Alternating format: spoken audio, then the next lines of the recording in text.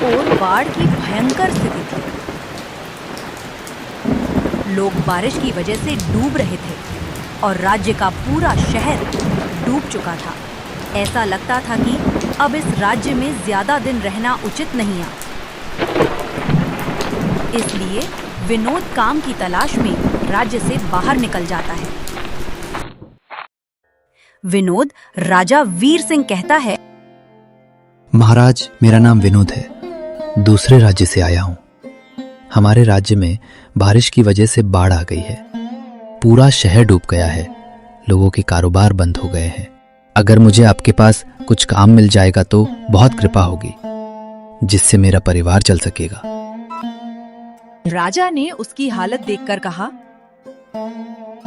लगता है तुम्हारे हालात बहुत खराब हो चुके हैं। ठीक है, मेरे पास एक काम तो है, पर लगता नहीं कि तुम वो कर पाओगे। महाराज, आप चिंता ना करें, मुझे आप कोई भी काम दे सकते हैं। मैं वो काम पूरी मेहनत और ईमानदारी से करूंगा। तो ध्यान से कान खोलकर सुन लो, मेरे पास 10 हाथी और 20 घोड़े हैं। तुम्हें हर रोज उन जानवरों का गोबर उठाना होगा और रोज सुबह शाम उन्हें खाना पानी देना होगा। महीने के आखिर में तुम्हें इस काम के लिए 1000 मिलेंगे। और हाँ, बोलो, क्या तुम ये काम कर पाओगे? ठीक है महाराज, मैं ये काम कर लूंगा, पर एक विनती है। हाँ बोलो विनोद, क्या बात है? महाराज, अगर आपको समस्या न हो तो क्या मुझे थोड़ी सी जगह मिल सकती है सोने के लिए? मैं इस गांव में नया हूं और मेरा रहने का कोई ठिकाना नहीं है। राजा ने थोड़ी देर सोचा और फिर विनोद को ऊपर से नीचे तक देखने के बाद कहा, ठीक है विनोद, तुम रह सकते हो। जी धन्यवाद महाराज। उस दिन से अपना काम करने लगा। वो रोज जल्दी उठकर हाथी और घोड़ों का गोबर निकालता, उन्हें चारा डालता और समय समय पर पानी भी पिलाता था। वो अपना काम पूरी मेहनत और लगन से करता था। राजा वीर सिंह को भी उसका काम बहुत पसंद आया। वो बहुत साफ सफाई से काम करता था। एक दिन राजा ने विनोद को बुलाया और कहा, विनोद, मुझे तुम्हारा काम बहुत पसंद आया है। तुम हाथी और घोड़ों का अच्छा ख्याल रख रहे हो, इसलिए मैं आज से तुम्हारी तनख्वाह बढ़ाकर पूरे 1500 रुपया कर रहा हूँ। आपका बहुत बहुत धन्यवाद महाराज। कुछ दिन ऐसे ही बीतते गए। विनोद ईमानदारी और मेहनत से काम करता रहा। धीरे धीरे उसके पास अच्छा खासा पैसा जमा हो गया। उसने अपने लिए एक छोटा सा घर भी बनवा लिया। अब विनोद सुबह काम के लिए आता, 2 वक्त का खाना खाता और रात में अपने घर सोने चला जाता था।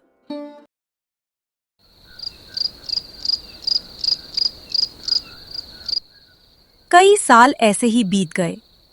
उसकी मेहनत के कारण उसके पास अच्छी खासी पूंजी जमा हो गई थी।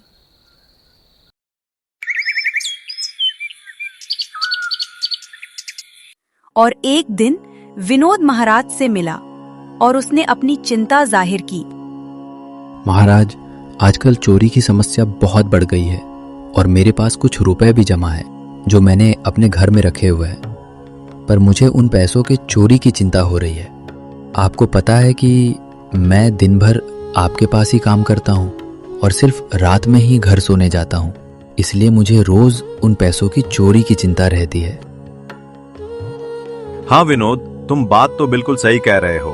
आए दिन राज्य में नए नए चोरी के किस्से सामने आ रहे हैं और दिन भर तो तुम्हारा घर खाली ही रहता है, तो चोरी होने की संभावना तो जरूर है। राजा ने थोड़ी देर सोचा और फिर कहा, देखो विनोद, ऐसे समय में तुम अपना पैसा हमारे राज्य के एक मंत्री भोला के पास जमा कर दो। वो मंत्री बहुत ही ईमानदार है और उसके पास तुम्हारा धन सुरक्षित रहेगा। ठीक है महाराज, आप जैसा कहते हैं मैं वैसा ही करूंगा। हाँ विनोद, इस राज्य के मंत्री बहुत ईमानदार और दयालु हैं और मैंने उनके घर पर बहुत सारे पहरेदार भी लगा दिया है, तो चोरी होने की संभावना बहुत कम है। तुम अपने पैसे उनके पास रख सकते हो। ठीक है महाराज, तो फिर मैं आज ही मंत्री के घर जाकर अपने पैसे जमा कर देता हूँ।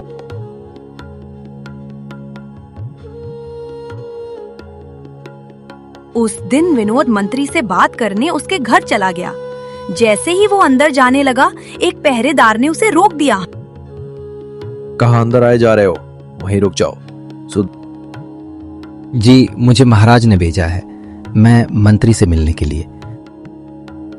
क्या काम है तुमको उनसे? विनोद ने सोचा। राज्य में बहुत चोरियां हो रही है, मैं इस आदमी के ऊपर भी भरोसा नहीं कर सकता।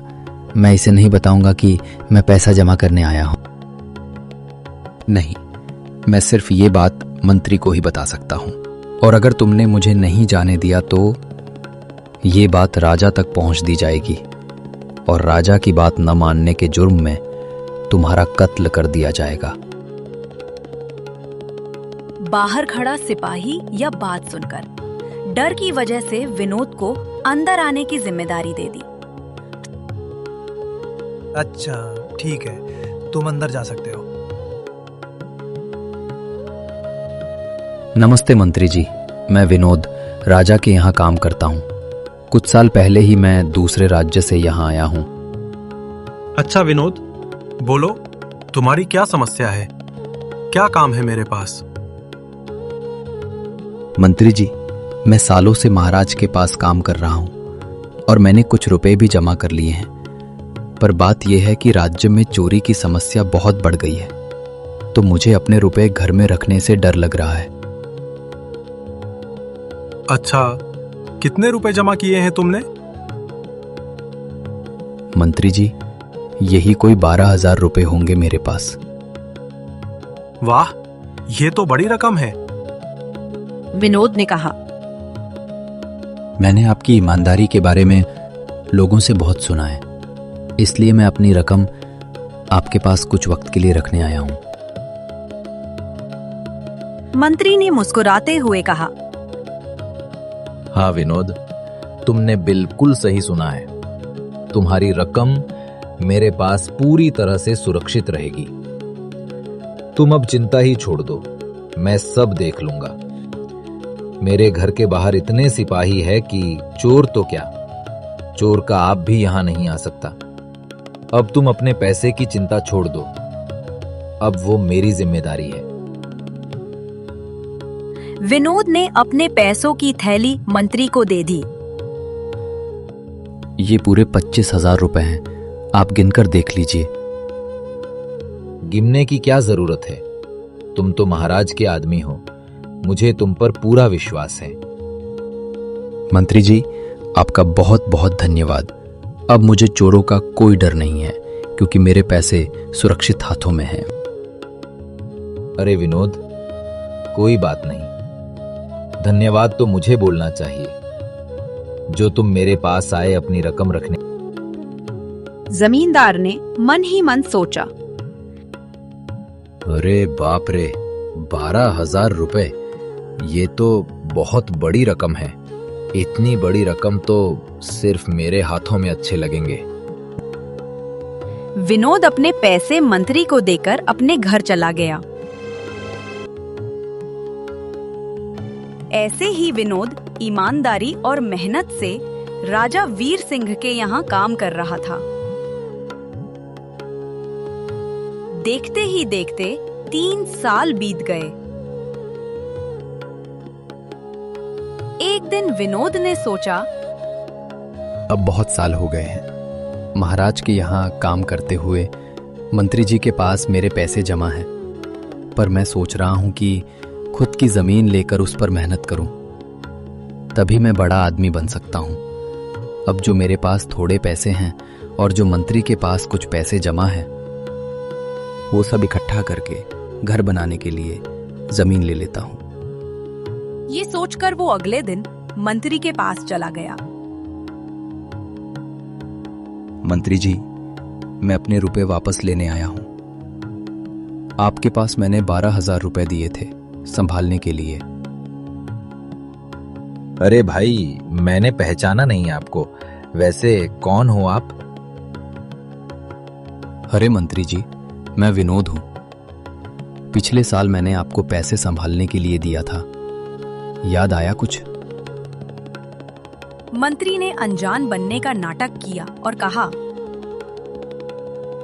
अरे भाई साहब, मेरे पास कितने सारे लोग आते जाते हैं पैसे रखने के लिए, और सभी के साथ मेरा अच्छा व्यवहार होता है। वैसे आपके पास कोई मोहर है क्या? क्योंकि मैं जब भी किसी व्यक्ति का पैसा जमा करता हूं तो उसको एक मोहर देता हूं। मेरे पास रोजाना न जाने कितने लोग आते हैं और मैं सबको एक मोहर देता हूं, जिससे ये पता चल सके कि किसने कितना पैसा मुझे लिया है। विनोद ये सुनकर हक्का बक्का रह गया। मंत्री जी, ये आप क्या बात कर रहे हैं? उस वक्त आपने मुझे कोई भी मोहर नहीं दिया था। आपकी ईमानदारी देखकर ही मैंने आपको पैसे दिए थे संभालने के लिए, और आप अब ऐसी बातें कर रहे हैं। कृपया करके मेरे पैसे मुझे वापस कीजिए। हाँ विनोद, मैं ईमानदारी से ही काम करता हूं, इसलिए तो तुमसे मैं मोहर मांग रहा हूं। क्या तुम्हें पता नहीं, जब तुम किसी से पैसों का लेन देन करते हो तो तुम्हें सबूत के तौर पर कुछ दिया जाता है। तुम किसी से भी पूछ सकते हो, मैं झूठ नहीं बोलता। नहीं मंत्री जी, मैं आपके पैर पड़ता हूं। कृपया करके मेरे रुपए मुझे दे दीजिए। बड़ी मेहनत से मैंने वो पैसे जमा किए थे। मुझ पर ऐसा अन्याय ना करें। मैं बर्बाद हो जाऊंगा, मेरा परिवार भूखा मर जाएगा। अरे क्या ये झूठ मूठ का रोना धोना लगाया है? लगता है तुम ढोंगी हो। मेरी ईमानदारी और भोलेपन का फायदा उठाकर मुझसे ये रुपए लेने आए हो। रुक, तुझे अभी सबक सिखाता हूं। मंत्री ने अपने आदमियों को बुलाया। इसे तब तक मारो जब तक ये बेहोश न हो जाए। इस 2 कौड़ी के आदमी ने मेरी ईमानदारी पर सवाल उठाया है। इसे छोड़ना मत। मंत्री के आदमियों ने विनोद को लाठी से जमकर मारा और फिर उसे वहां से भगा दिया। दुखी होकर अपने घर चला गया। उसके शरीर पर घाव के निशान स्पष्ट दिखाई दे रहे थे। 2 दिन तक वह दर्द के कारण महाराज के यहाँ काम पर नहीं जा पाया। अगले दिन महाराज खुद विनोद के घर आए। उन्होंने देखा कि विनोद चौकी पर सोया हुआ है और बहुत चिंतित दिख रहा है। विनोद, तुम 2 दिन काम पर नहीं आए, क्या हुआ है? तबीयत ठीक है ना तुम्हारी? कुछ समस्या है क्या? अरे महाराज, आप खुद यहाँ आए हो। आप खबर भिजवा देते तो मैं खुद चला आता। आप इतना परेशान क्यों हो गए? अरे विनोद, कोई बात नहीं। तुम्हें देखकर लगता है तुम बीमार हो। क्या हुआ है तुम्हें? ये तुम्हारे ऊपर इतनी चोट के निशान कैसे हैं? कहीं गिर गए हो या किसी ने मारा है तुम्हें? क्या बताऊं, जिस मंत्री के पास पिछले साल मैंने अपने पैसे संभालने को दिए थे, वो आज मुझे पैसे वापस नहीं करना चाहता। वो बहुत लालची इंसान है। वो लोगों को ठग रहा है, और जब मैंने बाद में गिड़गिड़ाना शुरू किया तो उसने मुझे लाठी से मेरी पिटाई करवा दी और मुझे वहां से धक्के मारकर निकाल दिया। अरे बाप रे, ये तो बड़ा ही गंभीर विषय है। मैंने तो मंत्री के बारे में अच्छा ही सुना था, पर मुझे भी नहीं पता था कि वो इंसान इतना गिरा हुआ है। तभी मैं सोचूं, हर साल उसकी संपत्ति इतनी ज्यादा कैसे बढ़ रही है। मुझे माफ कर दो विनोद, मैंने ही तुम्हें मंत्री के पास जाने को बोला था। विनोद, तुम परेशान मत हो, अब इसका इंसाफ मैं खुद करूंगा। उसे मंत्री को राज्य से निकाल दूंगा। महाराज, इसमें आपकी कोई गलती नहीं है। आपने तो मेरा अच्छा ही सोच रहे थे। ये तो उस मंत्री की लालच है। महाराज, मुझे आप पर पूरा भरोसा है। आप जो भी इंसाफ करेंगे अच्छा ही करेंगे। विनोद, मेरे पास एक तरकीब है जिससे मैं तुम्हारे पैसे तुम्हें वापस दिला सकता हूं। और ये बात किसी को मालूम नहीं होनी चाहिए, वरना मंत्री या राज्य छोड़कर पैसा लेकर भाग जाएगा। राजा ने विनोद के कान में सारी तरकीब बताई। ठीक है महाराज, ये तो बहुत ही अच्छी तरकीब है। हे ऊपर वाले, बस ये तरकीब कामयाब हो जाए।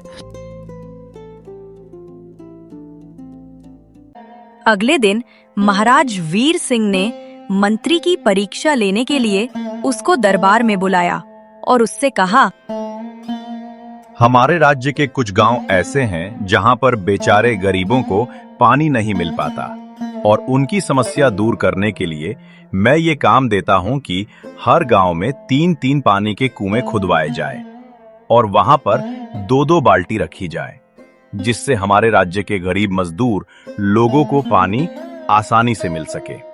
और मुझे यकीन है ये काम तुम पूरी ईमानदारी से करोगे। मंत्री मन ही मन में सोचने लगा, अरे बाप रे, ये तो बहुत बड़ा काम मिल गया। थोड़ा बहुत पैसा इधर उधर करके बचा लूंगा, महाराज को थोड़ी पता चलेगा, उसके बाद मेरे पास तो पैसा ही पैसा होगा। ठीक है महाराज, आपका बहुत बहुत धन्यवाद। आपने मुझ पे भरोसा किया और मैं आपको आश्वासन दे पिलाता हूं कि मैं अपनी पूरी ईमानदारी से काम करूंगा और राज्य के हर एक गांव में 3-3 कुएं खुदवाऊंगा, जिससे हमारे राज्य के हर गरीब तक पानी पहुंचेगा और हमारे राज्य का हर नागरिक आपकी जय जयकार करेगा। तो ठीक है मंत्री, तुम आज से कुएं का काम शुरू कर दो। कुआं बनाने में जितना खर्च आ रहा है खजाने से ले लो। ठीक है महाराज, मैं आज से ही काम शुरू करवा देता हूं। मंत्री पैसा लेकर घर चला आता है और मन ही मन में सोचता है, इतना सारा पैसा अगर मैं राज्य के हर गांव में 3-3 कुएं की जगह 2-2 कुएं खुदवाऊंगा तो एक कुएं का पैसा बच जाएगा। और इतना बड़ा राज्य है, महाराज गांव-गांव चेक करने जाएंगे नहीं। अगले दिन मंत्री मजदूरों को लेकर गांव-गांव में कुएं खुलवाने लगा और कुछ ही दिनों में मंत्री ने हर गांव में 2-2 कुएं खुदवाकर महाराज वीर सिंह के दरबार में आया। क्या हुआ मंत्री, तुमको जो काम दिया गया था वो पूरा हो गया है। तुमने गांव-गांव में 3-3 कुएं खुदवा दिए हैं। जी महाराज, आपके हुक्म से मैंने राज्य के हर गांव में, जिस गांव में कुआं नहीं था, वहां पर 3-3 कुआं खुदवा दिए हैं और राज्य के सभी लोग बहुत खुश हैं इस काम से। अच्छा तो ठीक है, मैं अभी पता करता हूँ इस राज्य के कितने लोग खुश हैं। राजा वीर सिंह राज्य के अलग अलग गांव से लोगों को बुलाने का आदेश देते हैं। राजा वीर सिंह उन लोगों से पूछते हैं, अच्छा तुम सभी गांव वालों ये बताओ कि तुम लोगों के गांव में कितने कितने कुएं खुदवाए गए हैं। अलग अलग गांव के सभी लोगों ने बताया। महाराज, हमारे गांव में सिर्फ 2 कुएं खोदे गए हैं और एक एक कुएं के पास 2-2 बाल्टी रखी गई है। जी महाराज, हमारे गांव में भी सिर्फ 2 कुएं खोदे गए हैं, लेकिन महाराज हमारे कुएं के पास एक एक बाल्टी रखी गई है। जी महाराज, हमारे गांव में भी 2 कुएं खोदे गए हैं, जबकि हमने कहा था कि महाराज का आदेश 3 कुएं खोदने का है, तो आप 2 कुएं क्यों खोद रहे हो? उस समय इन्होंने हमें डांट कर कहा, तुम मंत्री हो कि मैं? महाराज का आदेश बदल चुका है, अब गांव में 2-2 कुएं खोदे जाएंगे।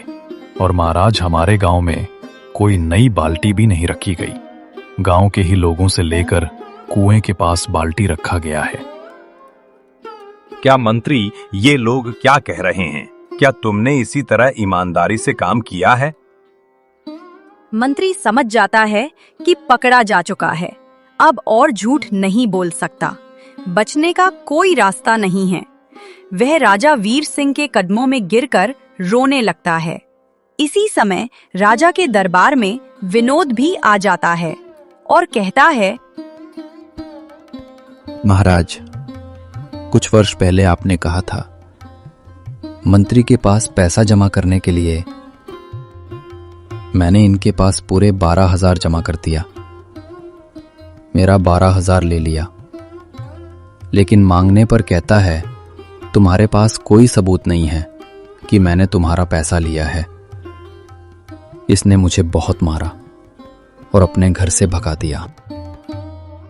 राजा वीर सिंह मंत्री को आदेश देते हैं, तुम्हें तो सजा मिलेगी, लेकिन उससे पहले जाओ, विनोद का पैसा जो भी है वह लेकर आओ और कुआं खोदने का जो भी पैसा बचा है सब लेकर आओ। उसके बाद फैसला होगा तुम्हारे साथ क्या करना चाहिए। मंत्री जाता है।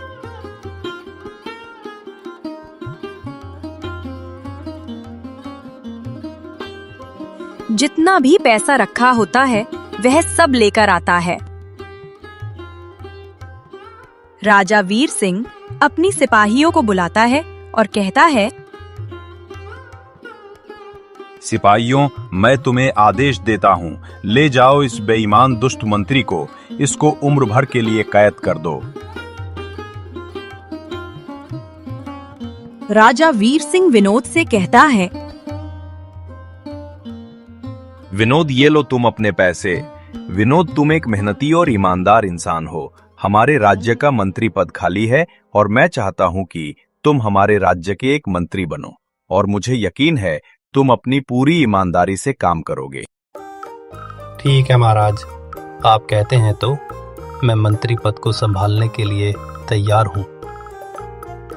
राजा वीर सिंह विनोद के पैसे दे देता है और गांव-गांव में एक एक कुएं और खुदवा देता है।